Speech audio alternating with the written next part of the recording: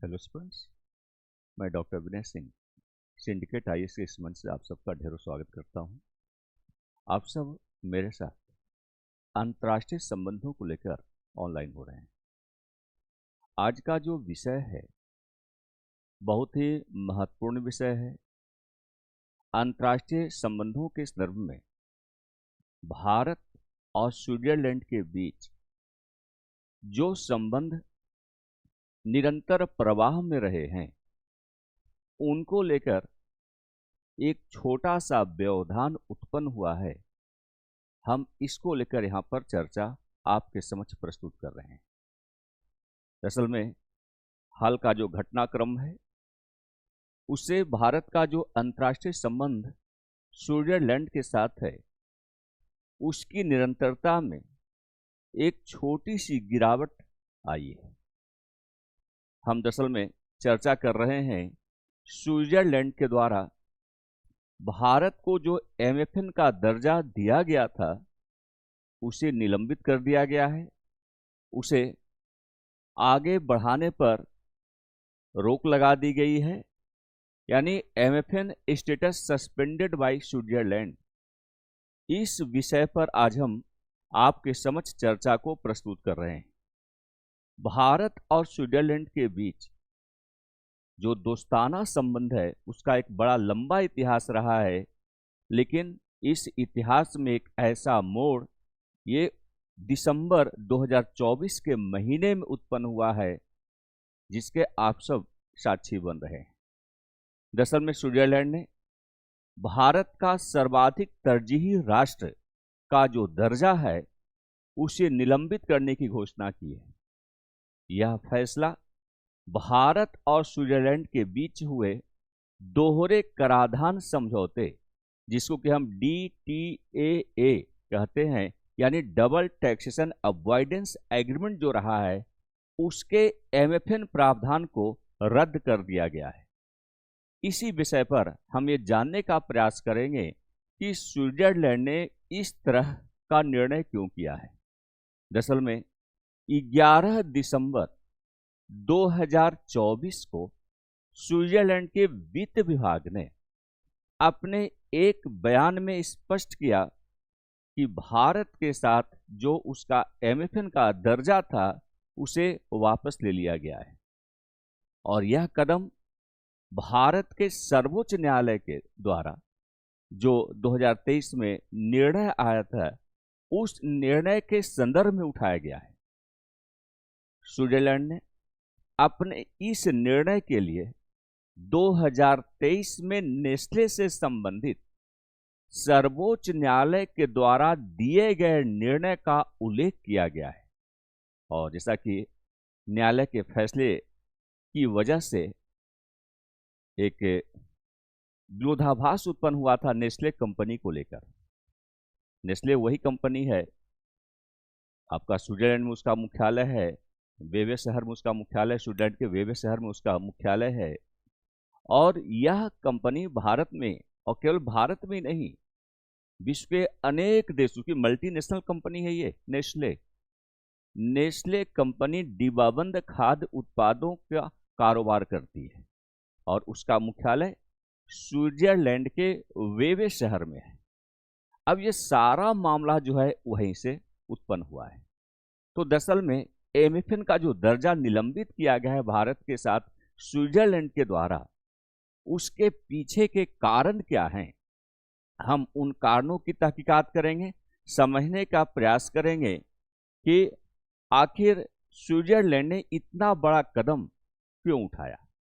तो दरअसल स्विट्जरलैंड द्वारा यह कदम भारत के सर्वोच्च न्यायालय के 2023 में दिए गए फैसले के बाद उठाया गया, उसकी प्रतिक्रिया के रूप में उठाया गया है। हालांकि फैसला 2023 का है, लगभग एक साल पहले निर्णय आया था और सर्वोच्च न्यायालय ने अपने इस महत्वपूर्ण निर्णय में स्पष्ट किया था कि यदि किसी देश के आर्थिक सहयोग एवं विकास संगठन, जिसको कि हम OECD यानी organisation of economic cooperation and development में शामिल होने से पहले भारत सरकार ने उस देश के साथ कर संधि पर हस्ताक्षर किए हैं तो एमएफएन प्रावधान अपने आप लागू नहीं होते हैं। तो ये निर्णय जो है 2023 का निर्णय है, सर्वोच्च न्यायालय का निर्णय है, और इसी निर्णय की प्रतिक्रिया के रूप में स्विट्जरलैंड ने भारत के साथ जो एमएफएन का दर्जा उसके द्वारा दिए गए थे उसे निलंबित कर दिया गया है, उसे वापस ले लिया गया है। यानी मोस्ट फेवर्ड नेशन, सर्वाधिक तरजीही देश का दर्जा जो भारत को प्राप्त था स्विट्जरलैंड के द्वारा, जो दर्जा दिया गया था, अब वो स्थगित हो चुका है। वास्तव में यह दर्जा एक प्रोटोकॉल है जो भारत और स्विट्जरलैंड के बीच दोहरा कराधान बचाव समझौते का हिस्सा है। तो इसे अभी निलंबित किया गया है।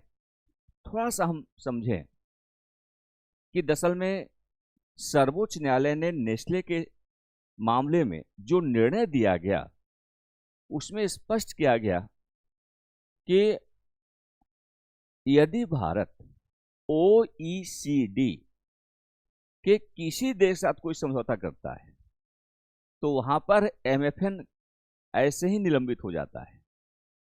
इसको थोड़ा सा गहराई समझने का प्रयास कीजिएगा। भारत ने कोलंबिया और लिथुआनिया के साथ कर संधियों पर हस्ताक्षर किए थे जो कुछ तरह की आय पर कम कर दरें प्रदान करती थी। ये दोनों देश बाद में OECD का हिस्सा बन गए। स्विट्जरलैंड ने 2021 में कहा था कि कोलंबिया और लिथुआनिया को, जो दोनों OECD के हिस्सा बने थे, तो कोलंबिया और लिथुआनिया के OECD सदस्य बनने का अर्थ है कि भारत स्विट्जरलैंड कर संधि पर एमएफएन के जो प्रावधान है, एमएफएन का जो प्रावधान है उसके तहत लाभांश पर 5% की दर लागू होगी, न कि समझौते में उल्लिखित 10% की दर। जैसे में स्विट्जरलैंड के साथ हमारा जो तरजीही दर्जा रहा है उस पर जो कंपनियां स्विट्जरलैंड के साथ व्यापार करती है कुल लाभांश के 10% के कर से वो बच जाती है। यही मुख्य मुद्दा होगा। तो दरअसल में भारत ने कोलंबिया और लिथुआनिया के साथ कर संधि पर हस्ताक्षर किया और कम आय पर कम दरें प्रदान करने को लेकर समझौते किए गए। बाद में ये दोनों के दोनों देश जो है OECD के सदस्य बन जाते हैं। अब स्विट्जरलैंड की प्रतिक्रिया है, उसने स्पष्ट किया कि कोलंबिया और लिथुआनिया के OECD सदस्य बनने का सीधा सा आशय है कि भारत स्विट्जरलैंड कर संधि पर एमएफएन प्रावधान के तहत लाभांश पर 5% की दर से टैक्स लागू होगा, न कि समझौते में उल्लिखित 10% की दर से। हालांकि अब एमएफएन का दर्जा हट जाने के बाद स्विट्जरलैंड 1 जनवरी 2025 से रिफंड का दावा करने वाले भारतीय कर निवासियों और विदेशी कर क्रेडिट का दावा करने वाले स्विस कर निवासियों के लिए लाभांश पर 10% कर लगाएगा। यानी अब इससे दोनों देशों का व्यापार जो है वो महंगा हो जाएगा। जो 5% का कर लाभांश था वो अब 10% का कर लाभांश हो जाएगा। अब थोड़ा सा हम लोग समझें कि सुप्रीम कोर्ट ने, सर्वोच्च न्यायालय ने क्या निर्णय दिया था, उसके आदेश क्या थे, इसे समझना बहुत आवश्यक है। तो दरअसल में 2023 में सर्वोच्च न्यायालय ने जो आदेश दिया, तो सर्वोच्च न्यायालय के इस आदेश के बाद जो DTAA है को तब तक लागू नहीं किया जा सकता जब तक इसे आयकर अधिनियम के तहत अधिसूचित नहीं किया जाए। इस फैसले का सीधा सा अर्थ था कि नेस्ले जैसी स्विस कंपनियों को लाभांश पर अधिक कर देना होगा। इसको बहुत सरल और ये जो है साधारण भाषा में समझने की आवश्यकता है। सर्वोच्च न्यायालय का मानना रहा है, उसका निर्देश रहा है, उसका आदेश आप कह सकते हैं आदेश रहा है कि DTAA को तब तक लागू नहीं किया जा सकता जब तक कि इसे आयकर अधिनियम के तहत अधिसूचित नहीं कर दिया जाए। यानी कहने का आशय है कि नेस्ले जैसी कोई भी कंपनी हो तो इन कंपनियों को लाभांश पर अधिक कर देना होगा। सर्वोच्च न्यायालय के फैसले ने दिल्ली उच्च न्यायालय के आदेश को पलट दिया था, उसको आदेश पर रोक लगा दी। आदेश बल्कि जो भी दिल्ली उच्च न्यायालय का आदेश था उस पर उसने रोक लगा दी, और उस आदेश ने यह सुनिश्चित किया था कि विदेशी संस्थाओं में या उनके लिए काम करने वाली कंपनियों और व्यक्तियों पर दोहरा कराधान नहीं हो। तो यह सारा मामला जो है यहीं से उत्पन्न हुआ। सर्वोच्च न्यायालय के इस आदेश की प्रतिक्रिया अब सर्वोच्च न्यायालय के द्वारा दी गई है। भारत को स्विट्जरलैंड ने जो तरजीही देश का दर्जा दिया था, दिसंबर 2024 में उसे निलंबित घोषित कर दिया गया है। हम समझने का प्रयास करेंगे कि MFN का अर्थ होता क्या है और रियल में उसका क्या अर्थ होता है। यानी जो MFN है, मोस्ट फेवर्ड नेशन है, उसके अर्थ को समझेंगे और भारत स्विट्जरलैंड संबंधों में इसका संदर्भ क्या है, इसे हम जानने का प्रयास करेंगे। तो दरअसल में जो MFN है, ये जो MFN है, इसके अर्थ को अगर हम अवलोकित करें तो इसका सर्वाधिक अनुकूल राष्ट्र, इसको हम शॉर्ट में ही MFN कहते हैं, मोस्ट फेवर्ड नेशन, MFN के रूप में हम इसे जानते हैं। और यह एक व्यापारिक सिद्धांत है जिसे विश्व व्यापार संगठन के तहत लागू किया जाता है। इसके अनुसार अगर MFN का दर्जा दिया गया है तो होता क्या है रियल में कि एक देश द्वारा किसी अन्य देश को दिए गए व्यापारिक लाभ जैसे कम टैरिफ या अनुकूल शर्तें को सभी सदस्य देशों के साथ समान रूप से लागू करना होता है। इसका उद्देश्य वैश्विक व्यापार में भेदभाव को रोकना और सभी देशों के साथ निष्पक्ष व्यवहार सुनिश्चित करना होता है। यानी अगर MFN का दर्जा दिया गया है तो उसके साथ जुड़े हुए जो भी सदस्य राष्ट्र हैं उनके साथ व्यापार को बहुत ही सहज करने का प्रयास किया जाता है, क्योंकि सर्वाधिक तरजीही राष्ट्र का दर्जा उसे प्राप्त होता है। तो कम टैरिफ, कम टैक्स आदि की सुविधाएं संबंधित देश की कंपनियों को प्राप्त हो जाती है, तो व्यापार करना बड़ा सरल हो जाता है। अब हम समझें कि भारत और स्विट्जरलैंड के संदर्भ में MFN का मुख्य आशय क्या है। तो दरअसल में अगर हम भारत और स्विट्जरलैंड के बीच MFN को समझने का प्रयास करें तो खासकर इसमें 3 बातों को यहां पर हम रखेंगे आपके समक्ष। स्विट्जरलैंड के साथ भारत के संबंधों की शुरुआत कैसे हुई, व्यापार और निवेश के सापेक्ष समझने का प्रयास करेंगे, और वर्तमान परिप्रेक्ष्य इसका क्या कहता है ये हम समझने का प्रयास करेंगे। सबसे पहले हम इस पॉइंट को समझें कि जो MFN है, स्विट्जरलैंड के साथ जो MFN अब तक था बना हुआ, तो स्विट्जरलैंड के साथ भारत के संबंधों की शुरुआत की क्या स्थिति रही है, इसका प्रारंभ कैसे हुआ। दरअसल भारत और स्विट्जरलैंड के बीच 1948 में एक व्यापार समझौता किया गया था, और इस समझौते में स्विट्जरलैंड ने भारत को सर्वाधिक अनुकूल राष्ट्र यानी MFN का दर्जा दिया था। यह भारत को वैश्विक व्यापार में स्विट्जरलैंड के साथ समान अवसर प्रदान करने का एक बड़ा संकेत था।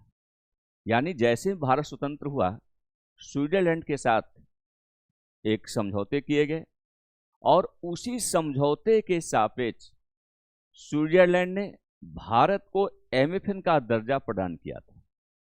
और ये एक बड़ा संकेत इस बात को लेकर था कि स्विट्जरलैंड के साथ भारत को वैश्विक व्यापार में समान अवसर उपलब्ध होगा। तो बहुत बड़ा उद्देश्य था। MFN का दर्जा स्विट्जरलैंड ने अगर भारत को दिया तो उसके पीछे एक बड़ा उद्देश्य यही था कि स्विट्जरलैंड की इच्छा थी कि वैश्विक व्यापार में भारत को वही अवसर उपलब्ध हो जो स्विट्जरलैंड के पास पहले से रहा है। दूसरी बात, व्यापार और निवेश की बात अगर हम करें, इसके सापेक्ष अगर हम स्विट्जरलैंड के संदर्भ में एमएफएन को समझने का प्रयास करें तो भारत और स्विट्जरलैंड के बीच एमएफएन की नीति के तहत व्यापार और निवेश में पारदर्शिता और गैर भेदभाव सुनिश्चित किया गया। स्विट्जरलैंड भारत के लिए एक प्रमुख निवेशक और तकनीकी सहयोगी देश रहा है। भारत ने स्विट्जरलैंड को एमएफएन का दर्जा दिया है और दोनों देशों के बीच द्विपक्षीय व्यापार और सेवाओं में एमएफएन के तहत नियम लागू होते रहे हैं। अब एक तरफा जो स्विट्जरलैंड ने निर्णय लिया है कि उसने जो तरजीही दर्जा दे रखा है भारत को, वो अब निलंबित होगा। और तीसरी स्थिति जो है हमें समझना होगा कि वर्तमान परिप्रेक्ष्य क्या कहता है, आज की स्थितियां क्या है। तो भारत और स्विट्जरलैंड के बीच एमएफएन संबंध ने आर्थिक साझेदारी को मजबूत किया है। दोनों देशों के बीच व्यापारिक और निवेश संबंधों को और गहराई देने के लिए एमएफएन नीति ने एक पारदर्शी और निष्पक्ष व्यापार ढांचा प्रदान किया है। तो हमें इसी के आलोक में संपूर्ण तथ्यों को समझने की आवश्यकता है। अब थोड़ा सा हम लोग देखें कि भारत और स्विट्जरलैंड के बीच व्यापार और पर्यटन तथा कुछ अन्य संबंध कैसे रहे, किस स्थिति में रहे हैं, इसका भी अवलोकन हमें करने की आवश्यकता है। और इसके लिए हम सबसे पहले जो है इस तस्वीर को देखेंगे। ये चार्ट बहुत कुछ कहानी कहने के लिए आपके समक्ष हमने प्रस्तुत किया है। भारत स्विट्जरलैंड व्यापार एवं पर्यटन संबंध को यह दर्शा रहा है। एक तरफ व्यापारिक संबंधों को आप यहाँ पर देख सकते हैं और दूसरी ओर पर्यटन से संबंध यहाँ पर निर्धारित हो रहे हैं। इसका हम डिटेल आगे भी समझने का प्रयास करेंगे, लेकिन सबसे पहले इस तस्वीर को आप देखें। अगर आप व्यापार डेटा को देखें, 2023-24 का जो व्यापार डाटा है, दोनों देशों के बीच जो द्विपक्षीय व्यापार है 2.05 बिलियन यूएसडी का रहा है, अमेरिकी डॉलर का रहा है। यानी कितना डॉलर? 2.05 बिलियन डॉलर का व्यापार भारत और स्विट्जरलैंड के बीच में रहा है, 2023-24 दौरान रहा है। अब इसी संदर्भ में देखिए, स्विट्जरलैंड से जो आयात किया गया, वो आयात कितना किया गया? तो 21.24 बिलियन यूएस डॉलर, अमेरिकी डॉलर स्विट्जरलैंड से व्यापारिक आयात भारत की ओर रहा है। और स्विट्जरलैंड को भारत की ओर से निर्यात कितना किया गया, उसके डाटा भी हमने यहां पर दिया है। 1.52 बिलियन डॉलर का निर्यात किया गया आपको भारत से स्विट्जरलैंड को। तो ये तस्वीर जो है बहुत कुछ जो है चीजें स्पष्ट कर रही है। इसको बेहतर ढंग से समझने की आवश्यकता है कि भारत और स्विट्जरलैंड के बीच जो व्यापारिक संबंध है वह बहुत महत्वपूर्ण है। और खासकर स्विट्जरलैंड से भारत को आयात बहुत ज्यादा होता रहा है, निर्यात की स्थिति बहुत अच्छी नहीं कही जा सकती। अगर आयात 21.24 बिलियन डॉलर का है तो निर्यात 1.52 बिलियन डॉलर का रहा है। ये 2023-24 के आंकड़े हैं। अब हम टूरिज्म की बात करें, पर्यटन की बात करें। पर्यटन के डाटे का अगर हम विश्लेषण करें तो एक तरफ देखिए भारतीय पर्यटकों की कुल रातों के संदर्भ में इसका आकलन होता है। 2023 में भारतीय पर्यटकों की कुल रातें कितना है? तो 602,000। ये इतनी रातें जो है व्यतीत की गई है भारतीय पर्यटक के द्वारा स्विट्जरलैंड के अंतर्गत। और अगले 5 वर्षों में जो अनुमानित कुल रातें हैं वो बढ़कर कहां तक पहुंच रही है? आपका 907.587 करोड़, यानी 9,07,587। ये यहाँ पर जो है ये पूरा का पूरा आंकड़ा आपके पास प्रदर्शित हो रहा है। 9,07,587 रातें जो है आने वाले 5 वर्षों में भारतीय पर्यटक की गुजरने वाली है स्विट्जरलैंड वाले भाग में, स्विट्जरलैंड के अंतर्गत। यानी लगातार पर्यटन के क्षेत्र में दोनों देश के बीच जो संबंध हैं वो बेहतर से बेहतर होते रहे हैं। अब इसे जो है हम इस पैटर्न के आधार पर थोड़ा समझें कि ये जो 2023 के आंकड़े की बात हम कर रहे थे, अगर हम पहले द्विपक्षीय व्यापार की बात करें तो व्यापार के जो आंकड़े यहाँ पर उपलब्ध हो रहे हैं, जैसा कि हमने कहा कि द्विपक्षीय व्यापार कितना हुआ, $2.05 बिलियन का हुआ। स्विट्जरलैंड से आयात कितना किया गया, $21.24 बिलियन का आयात किया गया। और अगर आप इसका निर्यात की बात करें तो $1.52 बिलियन का निर्यात किया गया। अब ये जो भारत और स्विट्जरलैंड के बीच मजबूत व्यापार और मजबूत पर्यटन संबंध हैं, इनको हमें थोड़ा सा विस्तार समझने की आवश्यकता है, जैसा कि आंकड़े में आप देख रहे हैं। अब यहां पर थोड़ा समझना होगा कि जो मुख्य व्यापारिक वस्तुएं हैं वो क्या हैं। तो दरअसल में स्विट्जरलैंड से आयातित वस्तुओं में मुख्य रूप से कीमती धातु हैं, मशीनरी हैं और रसायन उत्पाद आदि शामिल होते रहे। यानी इनका आयात भारत में बहुत अधिक होता है स्विट्जरलैंड से, और इसी का मुख्य व्यापार दोनों देशों के बीच में होता है, खासकर जब आयात की बात हम करते हैं तब। और जब हम निर्यात की बात करते हैं द्विपक्षीय व्यापार में, जब निर्यात की बात की जाती है तो निर्यात की स्थिति बहुत अच्छी नहीं रही है, बल्कि आपका अगर देखें तो जो निर्यात आप यहाँ पर देख रहे हैं कि मात्र $1.52 बिलियन का निर्यात ही हो पाता है भारत से स्विट्जरलैंड के बीच। फिर भी व्यापारिक संबंध बहुत अच्छे रहे हैं। भले ही अगर देखते हैं भुगतान संतुलन जो है वो स्विट्जरलैंड के पक्ष में रहा है, इसके बावजूद दोनों देशों के बीच व्यापार निरंतरता के साथ होते रहे हैं। तो यहाँ पर MFN का दर्जा अगर समाप्त हो रहा है तो ये प्रभावित हो सकता है। और अगर हम पर्यटन संबंध की बात करें तो जैसा कि हमने कहा कि 2023 में स्विट्जरलैंड में भारतीय पर्यटकों के द्वारा लगभग 6,02,000 रातें बिताई गई। भारतीय पर्यटक स्विट्जरलैंड के 10वें सबसे बड़े पर्यटन स्रोत के रूप में रहे हैं। यानी पूरे विश्व में, चूंकि स्विट्जरलैंड बहुत बड़ा पर्यटन का क्षेत्र रहा है, तो पूरे विश्व में सर्वाधिक पर्यटन का 10वां देश भारत है स्विट्जरलैंड के लिए। यानी सबसे ज्यादा 10 देशों में भारत सम्मिलित है जो स्विट्जरलैंड का दौरा भारतीय पर्यटक करते हैं।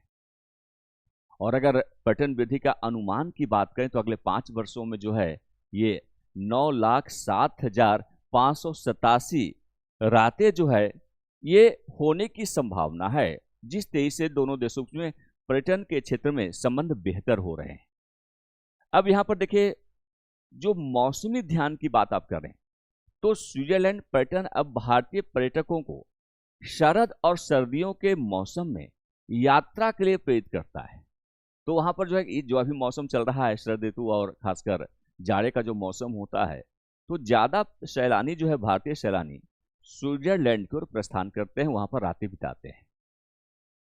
और हालिया समझौते जो किए गए हाल वर्तमान संदर्भ में अगर देखें तो एक व्यापार समझौता 2024 में किया गया, मार्च 2024 में भारत और यूरोपीय फ्री ट्रेड एसोसिएशन, जिसको कि हम एफ्टा कहते हैं, EFTA, जिसमें स्विट्जरलैंड भी सम्मिलित है, ने एक trade and economic partnership agreement, जिसको कि हम टेपा के रूप में जानते हैं, पर हस्ताक्षर किए हैं।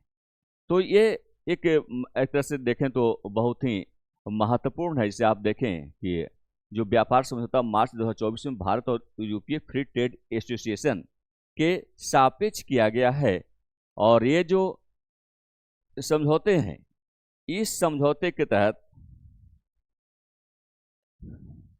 Trade and economic partnership agreement, इसको हम टेपा कहते हैं, एफ्टा के अंतर्गत जो है स्विट्जरलैंड को रखा गया है। और इसके तहत जो है trade and economic partnership agreement पर हस्ताक्षर किए गए हैं। यह समझौता शुल्कों में कमी और निवेश को प्रोत्साहित करने से संबंधित है। यह 2025 के अंत या 2026 की शुरुआत में प्रभावी हो सकता है। अब यहां पर देखिए, स्विट्जरलैंड का भारत में क्या निवेश होता है। तो स्विस कंपनियां भारतीय अर्थव्यवस्था में बढ़ती संभावनाओं को देखते हुए भारत में निवेश कर रही है। जैसे उदाहरण के लिए अगर आप देखें तो एशिया ब्राउन बॉबरी, जिसको कि हम ABB कहते हैं, एशिया ब्राउन बॉबरी जैसी कंपनियां जो है 2020 से अपने कर्मचारियों की संख्या 6000 से बढ़ाकर 10,000 कर चुकी है। तो ये लगातार ये कंपनी जो है भारत में अपनी गतिविधियों को बढ़ा रही है। इससे दोनों देशों के बीच में व्यापारिक संबंध बेहतर हो रहे हैं और ये तथ्य जो है भारत और स्विट्जरलैंड के बीच गहरे व्यापार और पर्यटन संबंधों को उजागर करके रख देती है। अब यहाँ पर थोड़ा सा हम लोग इस बात को समझेंगे कि स्विट्जरलैंड द्वारा भारत का MFN दर्जा निलंबित करने का क्या प्रभाव होगा। यानी जो एक तरफा निर्णय स्विट्जरलैंड के द्वारा MFN के दर्जे को निलंबित करने के संदर्भ में लिया गया है, उसका क्या प्रभाव हो सकता है, इसका अवलोकन करना आवश्यक है। तो दरअसल अगर हम प्रभावों की बात करें तो सबसे पहले हम व्यापार पर क्या प्रभाव पड़ेंगे इसका अवलोकन करेंगे। व्यापारिक प्रभाव का अवलोकन होगा। भारतीय कंपनियों पर टैक्स में जो वृद्धि की गई है उसका अवलोकन करेंगे। निवेश पर क्या प्रभाव पड़ेगा, द्विपक्षीय संबंधों पर क्या प्रभाव हो सकते हैं, वैश्विक मंच पर क्या प्रभाव पड़ सकते हैं, WTO का विवाद क्या है, भारत की वैश्विक छवि क्या है। इन तमाम बातों का विस्तार से अवलोकन करने की आवश्यकता होगी। सबसे पहले व्यापार पर क्या प्रभाव पड़ सकते हैं MFN का दर्जा निलंबित होने से। तो इससे क्या होगा, उच्च टैरिफ की संभावना बनती दिखाई पड़ रही है। स्विट्जरलैंड द्वारा MFN का निलंबन भारत से निर्यात किए जाने वाले उत्पादों पर अधिक टैरिफ और शुल्क लागू करने की अनुमति प्रदान करता है। इससे भारतीय उत्पाद स्विस बाजार में महंगे हो जाएंगे और उनकी प्रतिस्पर्धात्मक स्थितियां जो है वो कमजोर हो जाएगी। प्रतिस्पर्धात्मकता जो है वह घट जाएगी। और अगर हम व्यापारिक बाधाओं की बात करें तो भारत के लिए स्विट्जरलैंड के बाजार में प्रवेश करना कठिन हो सकता है। उसमें समस्याएं उत्पन्न हो सकती हैं जो कि एक गंभीर मसला हो सकता है। और विशेष रूप से अगर आप देखें तो भारत से फार्मास्यूटिकल्स, IT सेवाएं, इंजीनियरिंग उत्पाद, इन सब का निर्यात होता है। तो चूंकि MFN का दर्जा अगर निलंबित होता है, मोस्ट फेवर्ड नेशन का दर्जा अगर निलंबित हो जाता है तो इससे क्या होगा, चाहे वो फार्मास्यूटिकल्स की बात करें, IT सेवाओं की बात करें, इंजीनियरिंग प्रोडक्ट की बात करें, इन सबको स्विस बाजार में प्रवेश करना ही मुश्किल हो जाएगा, प्रवेश करना कठिन हो जाएगा। और खासकर इन वस्तुओं की जो प्रतिस्पर्धा करने की क्षमता है उसमें कमी आ जाएगी। इसलिए क्योंकि इस पर टैक्स और टैरिफ जो है ये पहले से कहीं ज़्यादा लागू होंगे, जिसकी वजह से ये प्रोडक्ट महंगे हो जाएंगे। और आप सब जानते ही हैं कि बाजार में कीमत का क्या रोल होता है।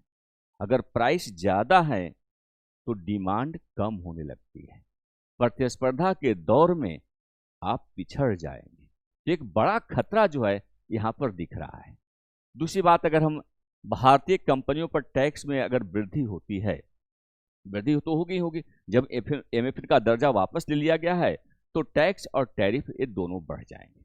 इसका प्रभाव क्या होगा, तो MFN का दर्जा निलंबित होने से स्विट्जरलैंड में काम करने वाली भारतीय कंपनियों पर टैक्स का जो बोझ है वो बढ़ जाएगा।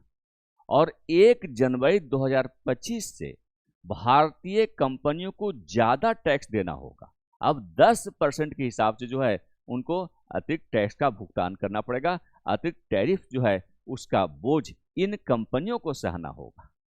तीसरी बात, निवेश पर इसका क्या प्रभाव पड़ना है, इसको भी हम समझने का प्रयास करेंगे। तो इससे अगर हम सबसे पहले देखेंगे FDI जो है वो कितना प्रभावित होगा, वित्तीय सेवाओं पर इसका क्या प्रभाव पड़ेगा। और अगर हम FDI की बात करें, प्रत्यक्ष विदेशी निवेश की बात करें, तो स्विट्जरलैंड भारत में एक बड़ा निवेशक रहा है। आज भी है। एमएफए निलंबन होने से स्विस कंपनियां भारत में निवेश करने में पहले से कहीं ज्यादा सतर्क हो सकती है, जिससे भारत में विदेशी निवेश प्रवाह कम हो सकता है। यानी हमारा जो एफडीआई है वो यहां से प्रभावित हो सकता है। अगर हम वित्तीय सेवाओं पर क्या प्रभाव पड़ेगा एमएफएन दर्जा निलंबित होने से, इसकी बात करें तो स्विट्जरलैंड के जो बैंकिंग और वित्तीय क्षेत्र में भारत के साथ होने वाला लेन देन है वो प्रभावित हो सकता है। और इस मामले में विशेषज्ञों का कहना है कि स्विट्जरलैंड के इस कदम से भारत में निवेश प्रभावित हो सकता है, लाभांश पर ज्यादा विद होल्डिंग टैक्स लगेगा।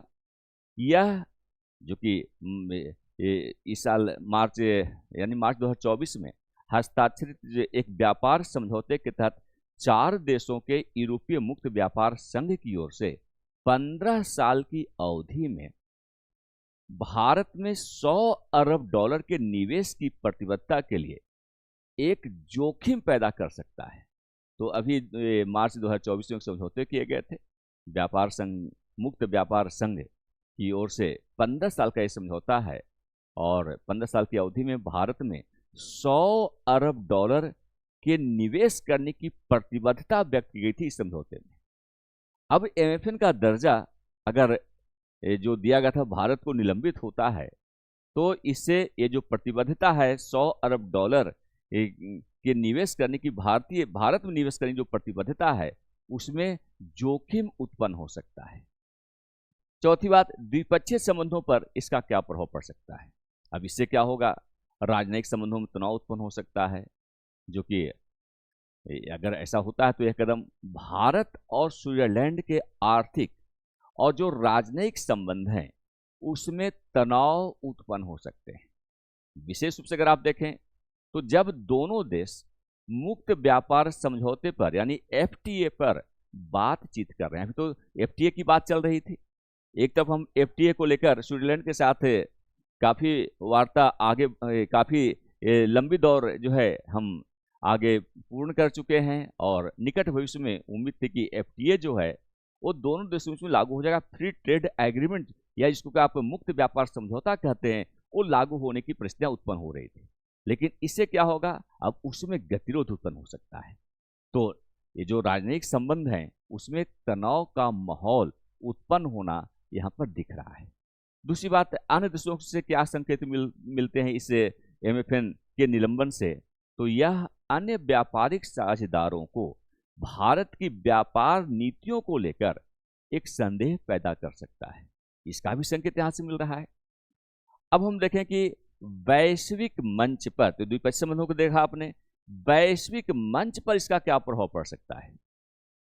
अगर हम वैश्विक मंच का आकलन करें कि एमएफएन का दर्जा निलंबित होता है तो डब्ल्यूटीओ जो विवाद है वो एमएफएन का निलंबन डब्ल्यूटीओ के नियमों के उल्लंघन माना जा सकता है, क्योंकि एक नया विवाद यहां पर उत्पन्न होगा। आप डब्ल्यूटीओ के मेंबर हो, भारत भी है, स्विट्जरलैंड भी है, एक तरफा निर्णय नहीं लिया सकता है।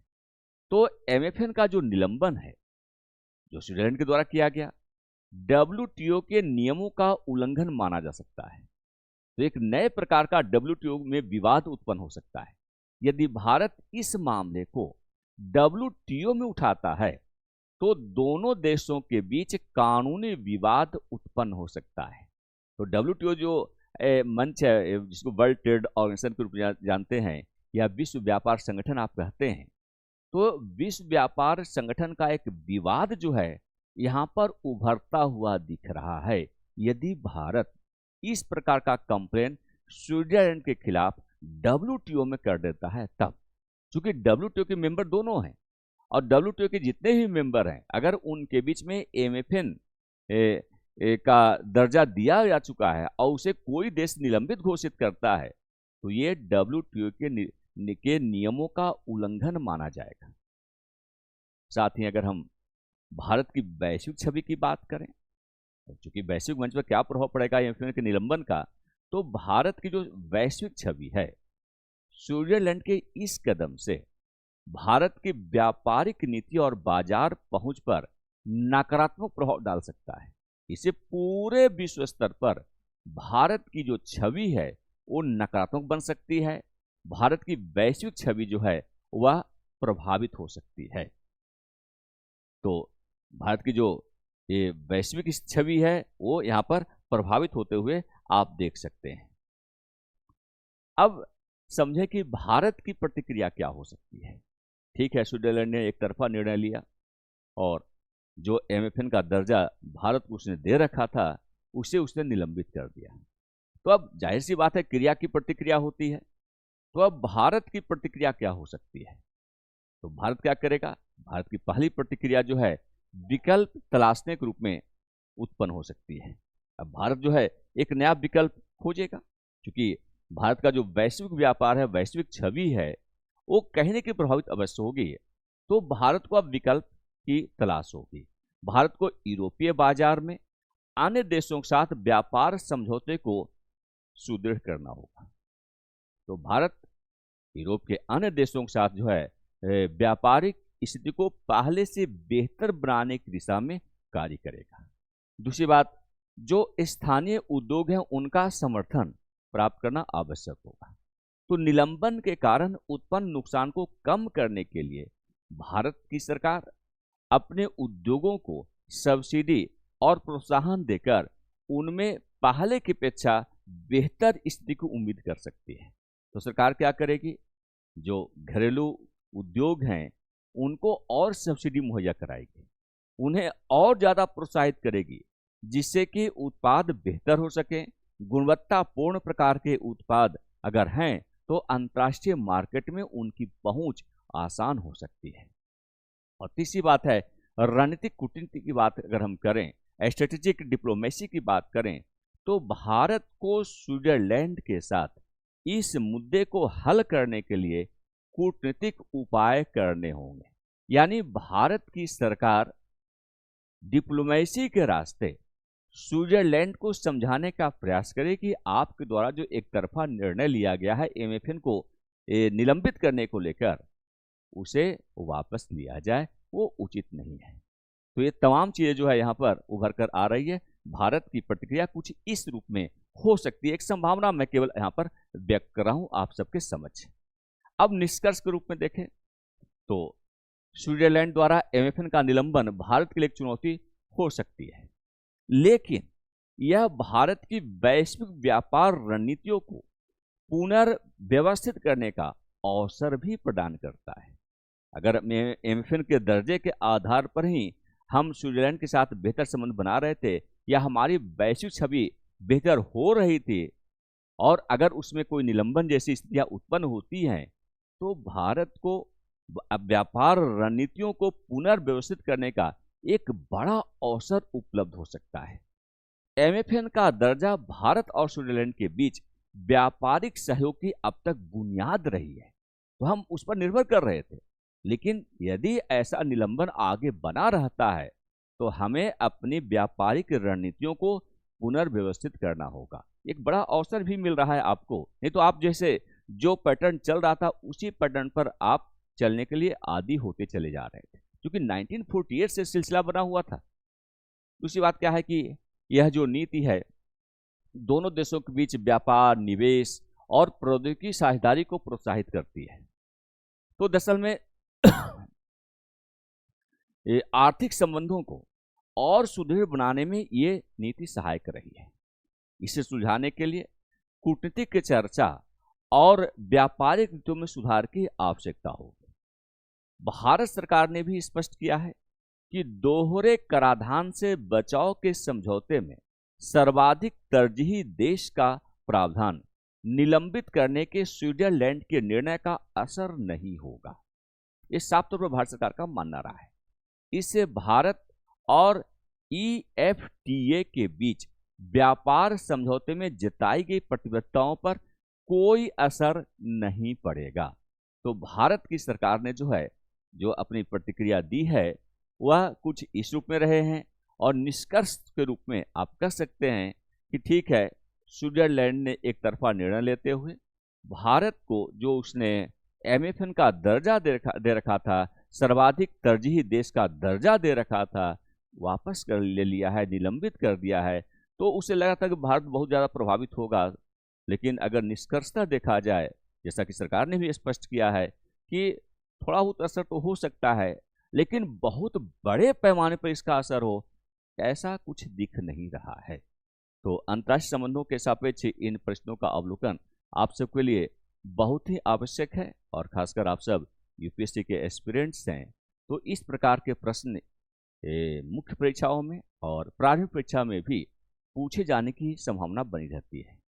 तो अंतर्राष्ट्रीय संबंधों के सापेक्ष आज आपने एक बड़ा अध्ययन किया, और अध्ययन का जो आज का मुख्य विषय था वो इसी बात को लेकर था कि स्विट्जरलैंड ने भारत के साथ जो एमएफएन का दर्जा अब तक निरंतरता के साथ 1948 से चला आ रहा था, उसे स्थगित करने का एक तरफा निर्णय लिया है। तो इसको हम सब ने बेहतर ढंग से समझा है, और उम्मीद करते हैं कि आगे भी अंतर्राष्ट्रीय संदर्भों में अगर कोई इस प्रकार की प्रश्नियां उत्पन्न होती हैं, तो इनका पूर्ण विश्लेषणात्मक